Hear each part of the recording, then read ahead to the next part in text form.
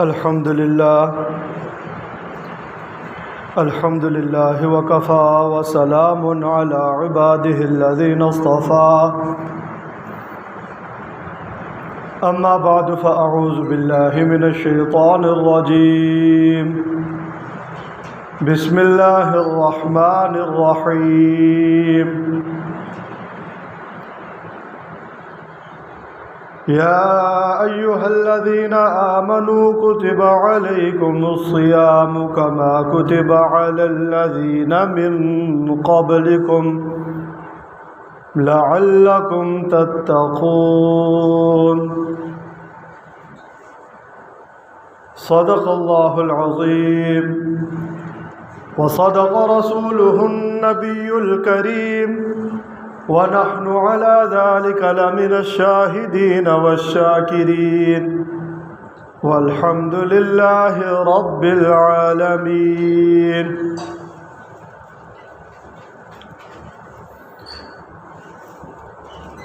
محترم سامعین کرام، ابھی جو آیت مبارکہ آپ کے سامنے تلاوت کی ہے، یہ آیت روزوں کی فرضیت کے متعلق ہے کہ جب یہ آیت نازل ہوئی تو آپ صلی اللہ علیہ وسلم نے ہر جگہ اعلان فرما دیا کہ لوگوں، آج سے روزے تم سب پر فرض کر دیے گئے ہیں،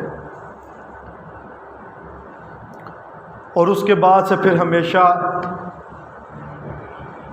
روزے رکھے گئے، رمضان کا اہتمام کیا گیا، اور آج تک رمضان کا ادب و احترام، رمضان کے روزوں کا اہتمام اسی طریقے سے چلا آ رہا ہے۔ اگر اس آیت کے اندر غور کیا جائے کہ اللہ پاک کتنے حکمت والے ہیں، کس پیارے انداز سے اللہ پاک نے روزوں کا حکم دیا ہے، کہ اللہ جل شانہ کے علم میں تھا کہ جو حکم دینے لگا ہوں اس حکم کے لیے بڑی ہمت کی ضرورت ہے، بڑی مضبوط نیت اور ارادے کی ضرورت ہے، بہت بڑے حوصلے کی ضرورت ہے، اور وہ انسان کو یہ حکم سن کر بڑا دشوار بھی گزر سکتا ہے۔ تو اللہ جل شانہ نے براہ راست حکم نہیں دیا کہ لوگوں روزے رکھو، بلکہ اللہ پاک نے بڑا پیارا انداز لوگوں سے مخاطب ہونے کا اختیار کیا کہ اے ایمان والو، یا ایھا الذین آمنو، اللہ پاک نے مجھے کہا اے ایمان والو، آپ کو کہا اے ایمان والو۔ اللہ پاک سیدھا بھی کہہ سکتے تھے روزے رکھو، لیکن ایسے نہیں، میرے اور آپ کے ایمان کو جگانے کی کوشش کی ہے۔ پہلے انسان کے اندر جو ایمانی قوت سوئی ہوئی تھی، اس سوئی ہوئی قوت کو بیدار کرنے کے لیے ہمارے ایمانی قوت کو پہلے پکارا ہے، اے ایمان والو۔ کیا مطلب اے ایمان والو؟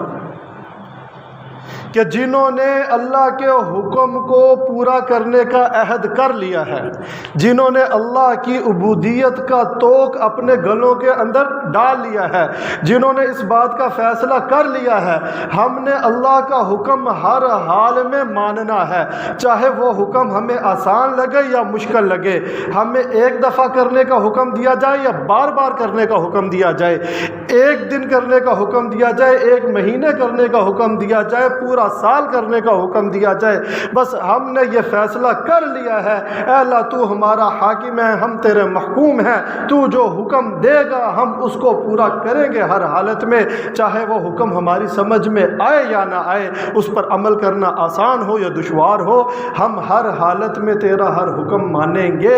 یہ مطلب ہے اے ایمان والو۔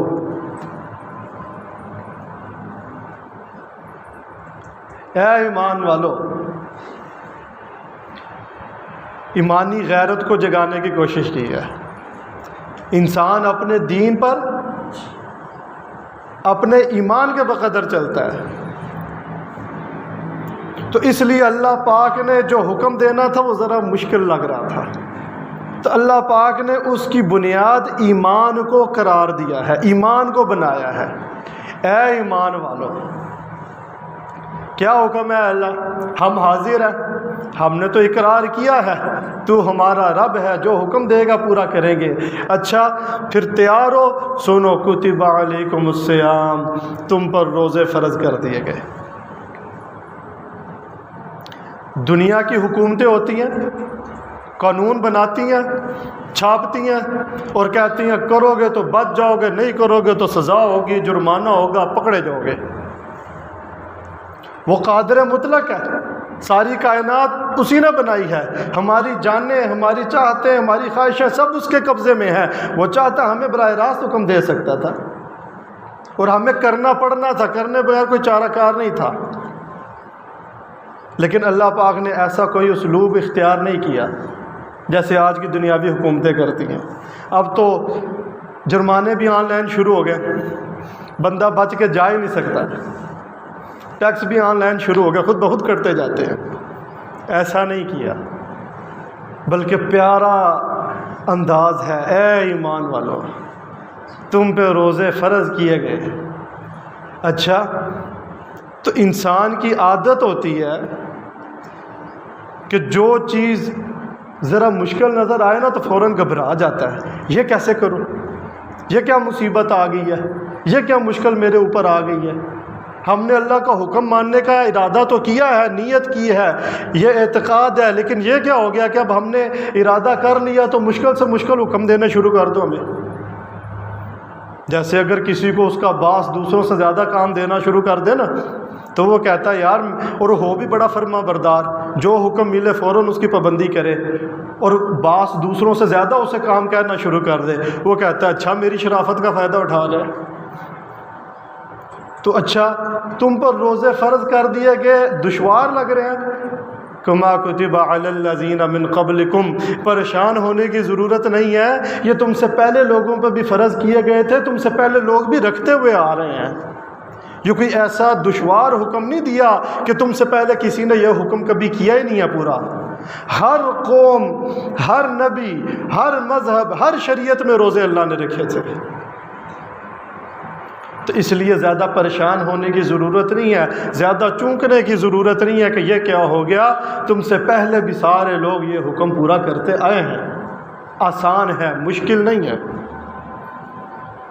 جیسے دو بہن بھائی ہو نا، ایک اپنا کام پورا کر لے، دوسرا نہ کرے، تو کہتے ہیں دیکھو اس نے بھی تو پورا کیا ہے، تمہارے جیسا ہی کام تھا، اس نے کر لیا تم نے نہیں کیا۔ تم بھی ہمت کرو، تم بھی حوصلہ اپنا بڑھاؤ، اپنے اندر ہمت پیدا کرو۔ اللہ پاک ہمت پیدا کرنے کے لیے، حوصلہ بڑھانے کے لیے، اس کو اور زیادہ آسان کر کے بتانے کے لیے کہہ رہے ہیں یہ حکم کوئی ایسا نہیں ہے کہ تم ہی کو دیا گیا ہے، تم سے پہلے لوگوں کو بھی دیا گیا اور وہ اس حکم کو پورا کرتے آئے ہیں۔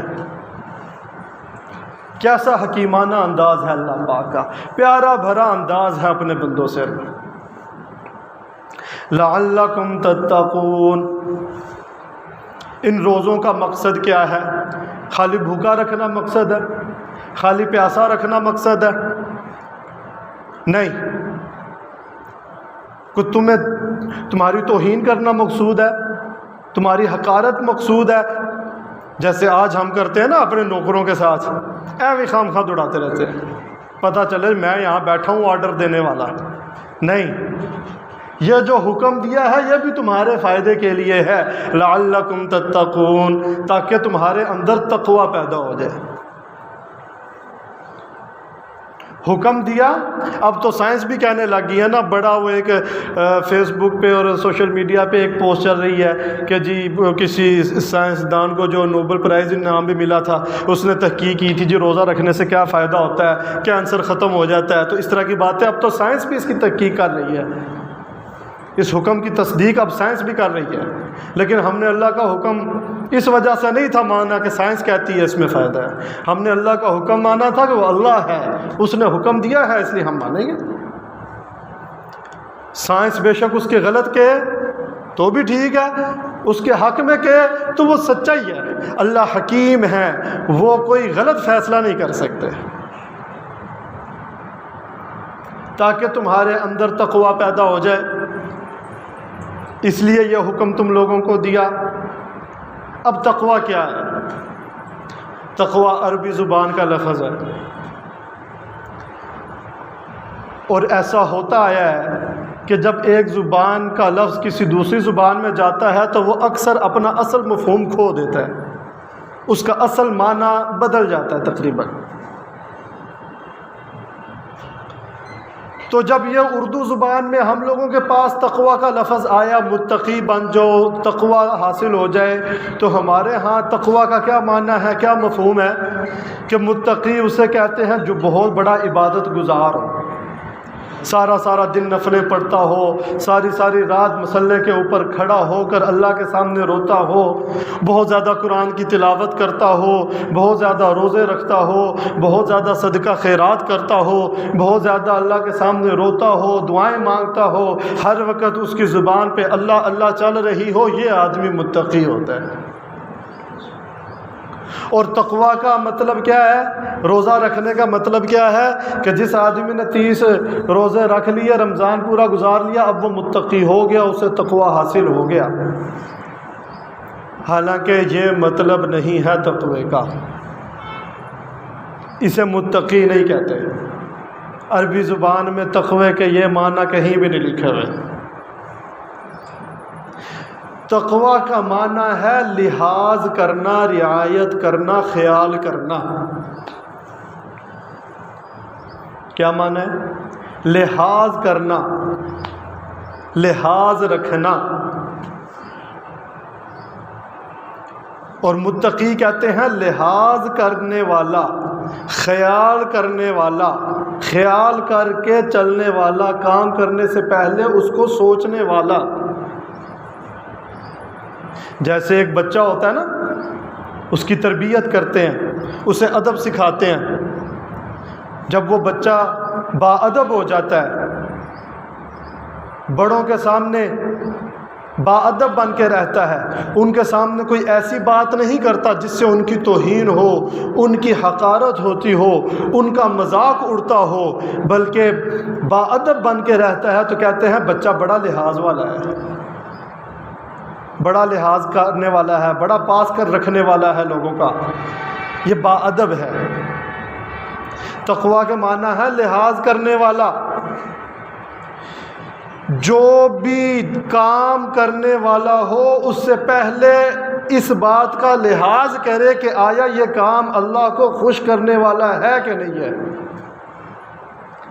کوئی بھی کام کرنے سے پہلے اس بات کا لحاظ کرنا کہ یہ کام اللہ کی ناراضگی والا ہے تو اس کو کروں، اور اگر اللہ کی ناراضگی والا ہے تو اس کا انکار کر دوں، اس سے چھوڑ دوں، اس سے دور بھاگ جاؤں، اس کے قریب ہی نہ جاؤں۔ یہ معنی ہے تقوی کے۔ اور روزوں سے یہ چیز ہمارے اندر پیدا کرنا مقصود ہے کہ ہر کام کرنے سے پہلے ہم یہ دیکھیں کہ آیا یہ کام شریعت کے مطابق ہے کہ نہیں ہے۔ لیکن ہمارا آج کل کیا حال ہوتا ہے کہ ویسے نمازیں شمازیں تو پڑھتے رہتے ہیں، لیکن جہاں بات آئی گناہ کی، اور چلو خیر یہ دیکھی جائے گی، یہ تقوی نہیں ہے، یہ متقی نہیں ہے۔ میں ابھی کچھ دنوں پہلے ایک شادی پہ گیا، ولیمے پہ جانا تھا، جانا بھی بہت ضروری تھا۔ اب وہاں پہ جیسے آج کل میرج ہالز میں وہ چل رہا ہے، میوزک بج رہا ہے، اونچے گانے، لائٹیں، کیمرے، میں باہر جا کے بیٹھ کے میں نے کہا کیا اندر جاؤں، کس کو سمجھاؤں؟ وہ خاندان والے آ گئے جی، میں نے کہا یار آپ کو سامنے نہیں ہے کیا کچھ ہو رہا ہے اندر، میں کیسے جاؤں؟ ہم نے ہی لوگوں کو سمجھانا ہے، اگر مولوی آگے جا کے بیٹھ جائے گا تو کس کو منع کریں گے؟ وہ مولوی بیٹھے ہیں جی۔ تو کہنے لگے جی کرنا پڑتا ہے، رشتہ داری ہے، تعلق نبھانا پڑتا ہے، اللہ کو ناراض کرنے کے لیے تعلق سارے نبھاتے ہیں۔ تو یہ تقوی نہیں ہے۔ تقوی کیا ہے؟ لحاظ کرنے کی عادت کا پڑ جانا، کہ کوئی بھی کام کر رہا ہوں اس سے پہلے دیکھوں یہ اللہ کو راضی کرنے والا ہے یا نہیں ہے، اور اگر اللہ کو راضی کرنے والا ہے تو اس کو کروں، اللہ کو ناراض کرنے والا ہے اس سے بھاگ جاؤں، چاہے کسی قیمت پہ بھی اسے بھاگنا پڑے۔ اس کی دلیل کیا ہے؟ حضرت عمر بن خطاب رضی اللہ تعالی عنہ مسلمانوں کے دوسرے بڑے خلیفہ، انبیاء کے بعد دوسرا سب سے بڑا درجہ رکھنے والے، قرآن ان کے سامنے اترا تھا، قرآن ان کی زبان میں اترا تھا، قرآن انہوں نے اللہ کے نبی سے سیکھا تھا، ان سے زیادہ تقوی اور کا مفہوم اور معنی کون سمجھ سکتا ہے؟ صحابہ کی عادت تو دیکھے، حضرت عبداللہ ابن مسعود رضی اللہ تعالی عنہ کے پاس گئے اور ان سے جا کر کہنے لگے، اے عبداللہ مجھے بتاؤ تو صحیح تقوی کیا ہوتا ہے؟ آج ہم میں سے کوئی ایسا سوال کرتا ہے کسی سے؟ حالانکہ ہم دن رات گناہوں کے اندر ڈوبے ہوئے ہیں، آخرت کی کوئی فکر ہی نہیں ہے، آخرت ہماری پلاننگ کے اندر شامل ہی نہیں ہے۔ تعلیم ہے، شادیاں ہیں، بچوں کی پڑھائیاں ہیں، کاروبار ہے، ہر چیز کی پلاننگ ہے، آخرت ہماری پلاننگ میں شامل ہی نہیں ہے۔ اس کے باوجود ہم نے کبھی ایسے سوال کسی سے کیے؟ وہ خلیفہ وقت عمر بن خطاب رضی اللہ تعالی عنہ، جن کو اللہ کے نبی نے خود اللہ سے مانگا ہے، وہ عبداللہ ابن مسعود رضی اللہ تعالی عنہ سے کہہ رہے ہیں، اے عبداللہ مجھے بتاؤ تو صحیح تقوی کیا ہوتا ہے؟ اب انہوں نے یہ نہیں کہا جو بڑی باتیں پڑھتا ہو، کوئی نفل نہ چھوڑتا ہو، دن رات میں 10 پارے قرآن پڑھتا ہو، ہر وقت اللہ کا ذکر کرتا ہو۔ نہیں، یہ تقوی نہیں ہے۔ تقوی کیا ہے؟ حضرت عبداللہ ابن مسعود رضی اللہ تعالیٰ عنہ نے عرض کیا، امیر المومنین کبھی آپ کا گزر ایسے راستے سے ہوا ہے کہ راستہ بڑا تنگ ہو اور اس کے دائیں بھی باڑ ہو، بائیں بھی باڑ ہو، اور باڑ میں کانٹے لگے ہوئے ہوں؟ کانٹے، تو اس سے آپ کبھی گزرے ہیں؟ ہاں، کئی دفعہ گزرا ہوں۔ پرانے زمانے میں رستے اسی طرح بنتے تھے نا، لکڑیاں کٹھی کر کے رکھ دیتے تھے، لکڑیوں کی باڑ بنا دیتے تھے اور اس پہ کانٹے رکھ دیتے تھے تاکہ کوئی جانور وغیرہ نہ آئے، کوئی راستہ نہ خراب کرے۔ کبھی ایسے راستے سے گزرے ہیں؟ کئی دفعہ گزرا ہوں۔ اچھا، کیسے گزرے ہیں؟ کہا اپنا دامن سمیٹ کے، اپنی آستین بچا بچا کر کہیں کانٹوں میں الجھ کے نہ رہ جاؤں، بچ بچ کے گزرا ہوں وہاں سے۔ انہوں نے عرض کیا، امیر المومنین یہی تقوی ہے، بچ بچ کے چلنا، خیال کر کر کے چلنا۔ یہ نہیں بس جو بات میرے ذہن میں آئی ہے، جس کام کا خیال میرے ذہن میں آ گیا، اب بس وہ میں نے کرنا ہی کرنا ہے، یہ نہیں ہے تقوی۔ تقوی کیا ہے؟ بچ بچ کر چلنا۔ اور اس کی عادت اس رمضان کے اندر اللہ پاک ہمیں ڈالنا چاہ رہے ہیں۔ لعلکم تتقون کا کیا مطلب ہے؟ تقوی کی عادت ڈال جائے، تمہیں احتیاط سے چلنے کی عادت ڈال جائے۔ لعلکم تتقون کا یہ مطلب نہیں ہے تم متقی بن جاؤ، جس نے 30 روزے رکھ لیے وہ متقی بن گیا، تقوی اس کو حاصل ہو گیا، بڑا اللہ والا بن گیا، بڑی نسبت ہو گئی۔ نہیں، لعلکم تتقون تقوی کی عادت تمہیں پڑ جائے، لحاظ کر کے چلنا، اللہ کا حکم ہے تو کرو، نہیں ہے تو رک جاؤ۔ یہ عادت ڈالنے کے لیے اللہ پاک نے 30 روزے دیے ہیں کہ 30 دن تک اس کی مشق کرائی جائے کہ جو چیزیں میرے لیے کھانا حلال ہیں، پاکیزہ ہیں، پاس موجود ہیں، ان کو بھی چھڑوا دیا گیا کچھ دیر کے لیے۔ کہ رمضان میں جب اللہ کا حکم مان کر 30 دن تک میں نے حلال چیزیں چھوڑ دی ہیں، تو رمضان کے بعد میں کم از کم حرام تو چھوڑ دوں اللہ کے کہنے پہ۔ 30 دن تک حلال چیزیں ہم سے کس لیے چھڑوائی گئی؟ کہ یہ عادت، دیکھو نا، ایک آدمی کمرے میں ہے، پاس بوتل پڑی ہے، پانی ہے، کھانے کی چیزیں رکھی ہیں، بھوک بھی بڑی سخت لگی ہوئی ہے، سارا دن کام کرتا رہا روڈوں کے اوپر جا کے، کوئی دیکھنے والا بھی نہیں ہے، کھا سکتا ہے، کھانے کے لیے پاس موجود ہے، حلال ہے، پاکیزہ ہے، طیب ہے، لیکن اس کے باوجود نہیں کھا رہا۔ اللہ کا حکم ہے کہ نہ کھاؤ۔ یہ عادت ڈلوائی جا رہی ہے کہ اللہ کے لیے حلال چھوڑنا پڑے تو حلال بھی چھوڑو، اور حلال نہیں چھوڑتا تو کم از کم غیر رمضان میں حرام تو چھوڑ دو۔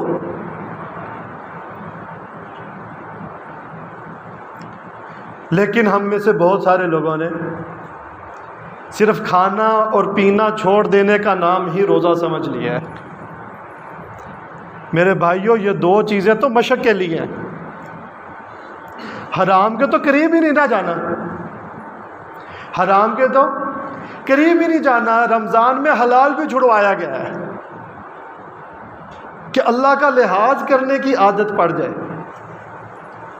تو جو آدمی رمضان میں کھانا پینا تو چھوڑا ہوا ہے اور باقی سارے کام ویسے کے ویسے ہی چل رہے ہیں، جو سود کھا رہا تھا وہ رمضان میں بھی کھا رہا ہے، جو گانے سن رہا تھا وہ رمضان میں بھی سن رہا ہے، جس گھر میں رمضان سے پہلے ٹی وی تھا رمضان میں بھی چل رہا ہے، جو رمضان سے پہلے بھی لوگوں کے حق مار رہا تھا رمضان میں بھی لوگوں کے حق مار رہا ہے، جس نے رمضان سے پہلے لوگوں کی زمینیں ماری ہوئی ہیں اب بھی وہ اسی پہ باقی ہے، کوئی توبہ نہیں، کوئی ندامت نہیں، کوئی افسوس نہیں، تو اسے تو رمضان کا کوئی فائدہ نہیں ہے۔ اللہ نے تو حلال چھڑوایا تھا کہ تقوی پیدا ہو، اس نے تو حرام بھی نہیں چھوڑا۔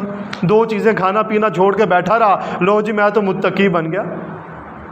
نہیں نہیں نہیں، اللہ نے حلال اس لیے چھڑوایا تھا کہ حلال تو چھوڑ ہی دیا، اب حرام بھی چھوڑ دو۔ لیکن حرام تو رمضان میں کئی لوگ پہلے سے زیادہ شروع ہو جاتے ہیں۔ تو ایسے آدمی کو اللہ کے نبی نے فرمایا، بہت سارے لوگ ایسے ہیں جن کو رمضان میں بھوک اور پیاس کے سوا کچھ حاصل نہیں ہوتا، کہ روزے کا جو مقصود تھا حرام چھڑوانا وہ تو اس نے چھوڑا نہیں، حلال چھوڑ کے بیٹھ گیا، اور وہ بھی 30 دن کے لیے۔ تو اس لیے میرے بھائیوں، روزے کا مقصد کیا ہے؟ یہ مشق کیوں کی کرائی جاتی ہے کہ حرام اور نافرمانیاں انسان کو چھوڑنا آ جائیں، انسان کے اندر اتنی استعداد اور طاقت پیدا ہو جائے کہ وہ حرام چھوڑ دے۔ اور پھر ایک دوسری بات، ہم میں سے بہت سارے بھائی جب رمضان آتا ہے تو غیر رمضان میں خیر انہیں عادت ہوتی ہے بہت سارے گناہوں کی، لیکن رمضان کے احترام میں وہ بہت سارے گناہ چھوڑ دیتے ہیں۔ آپ نے دیکھا ہوگا رمضان آتا گھروں میں ٹی وی بند کر دیتے ہیں، ہوتا ہے کہ نہیں؟ یہ رمضان کا احترام ہے نا۔ گانے سنتا رہا 11 مہینے، رمضان آتے ہی کہیں تو موبائل سے ڈیلیٹ ہی کر دیتے ہیں، نہ میرے موبائل میں ہو نہ میں سنوں، اور کہیں ہوتا ہے سائڈ پہ پاسورڈ لگا کے رکھ دیا، چلو جی رمضان گزر لے پھر دیکھیں گے۔ بہت سارے بھائی جو 11 مہینے نماز کی پابندی نہیں کی، رمضان آتے ہی نماز کی پابندی شروع کر دیتے ہیں، قرآن نہیں پڑھا 11 مہینے، رمضان میں قرآن بیٹھ کے پڑھتے ہیں۔ بہت سارے بھائی گالیاں دینے کی عادت ہوتی ہے، اس سے توبہ کرتے ہیں، جی رمضان آ گیا، رمضان میں نے اپنی زبان خراب نہیں کرنی۔ جھگڑا کرنے سے توبہ کر لیتے ہیں، جھگڑا ہوتا ہے کہتے ہیں یار میرا روزہ ہے، میرا روزہ نہ خراب کرو، اب میں نے نہیں جھگڑا کرنا۔ تو جب میرے بھائیوں تھوڑی سی ہم اپنی نیت درست کر لیں کہ جس گناہ کو ہم چھوڑ رہے ہیں صرف رمضان کی نیت نہ کریں، ہم یہ نیت کریں کہ اب پکا اس کو چھوڑیں گے، رمضان میں اس کی مشق کریں گے، اور رمضان کے بعد بھی نیت پہ فیصلہ ہوتا ہے، نیت پہ ہماری نیت ٹھیک نہیں ہوتی۔ ہم کسی گناہ کو چھوڑ رہے ہیں تو نیت کیا ہوتی ہے کہ اس رمضان تک چھوڑیں گے۔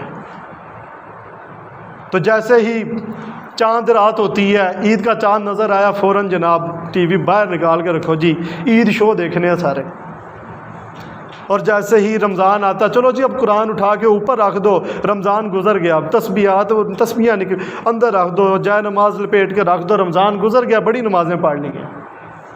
نہیں بھائی، یہ نیت کر کے ہم نے رمضان شروع کرنا ہے، جو نیک عمل شروع کریں گے انشاءاللہ مرتے دم تک اس کو نبھائیں گے، جس گناہ سے توبہ کریں گے انشاءاللہ مرتے دم تک اب اس کے قریب نہیں جائیں گے۔ سارے بھائی اس کی نیت کرتے ہیں نا، اللہ جل شانہ عمل کرنے کی توفیق عطا فرمائے۔ وآخر دعوانا الحمدللہ رب العالمین۔